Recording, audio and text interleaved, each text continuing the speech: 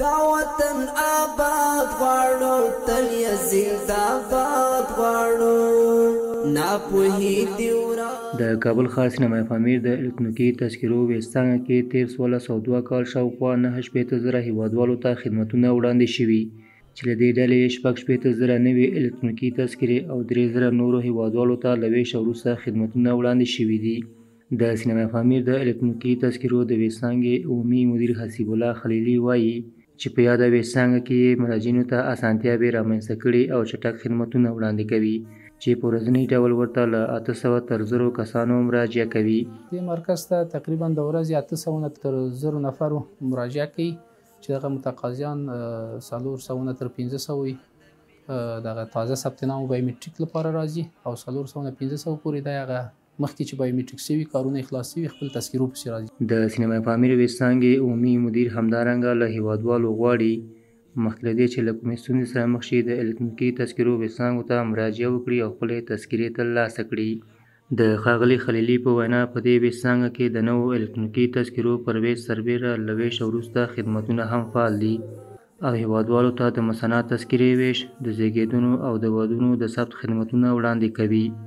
له ویش وروسته خدمات هم دې مرکز کې لرو چې په دې کې 3 نوع خدمات موږ لرو. یو د مثنه تذکرو ویش ده، هیوادوالو چې تذکرې ورک شوي وي یا سوځېدلې وي هغو ته موږ مثنه تذکرې ویشو چې خپله پروسه لري هر یو چې د سوځېدو لپاره د وکیل ګذر او د هغو تصدیق راوړي، ورک شوي لپاره د افغان اعلاناتو څخه اعلان راوړي، رسید د اعلان چې اعلان یې ورکړی پیدا سوی هم نه ده، د هغه نه وروسته موږ ورته مثنه چاپ ته لیږو، تذکره ویشل کېږي. نوي زیږېدلو ماشومانو لپاره ثبت تولدات موږ لرو.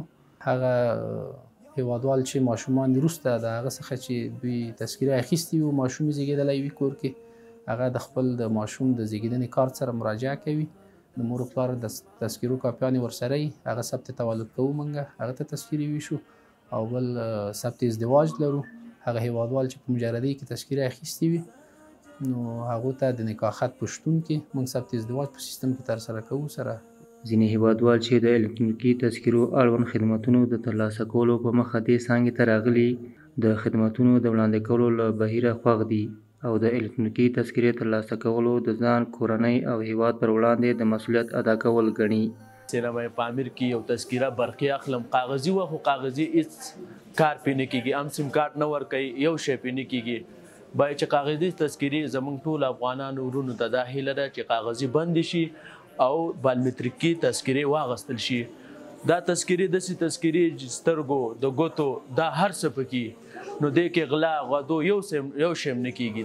د یادولو وړ ده چې د احصایې او معلوماتو ملي ادارې هیوادوالو ته د لا زیاتو اسانتیاوو د رامنځته کولو په موخه د هیواد په کچه د الکترونیکي تذکرو ویبپاڼې او ځان خدمت مرکزونه پراخ کړي ترڅو هیوادوال وکولی شي په اسانۍ سره خپلې الکترونیکي تذکرې او نور اړوند خدمتونه ترلاسه کړي.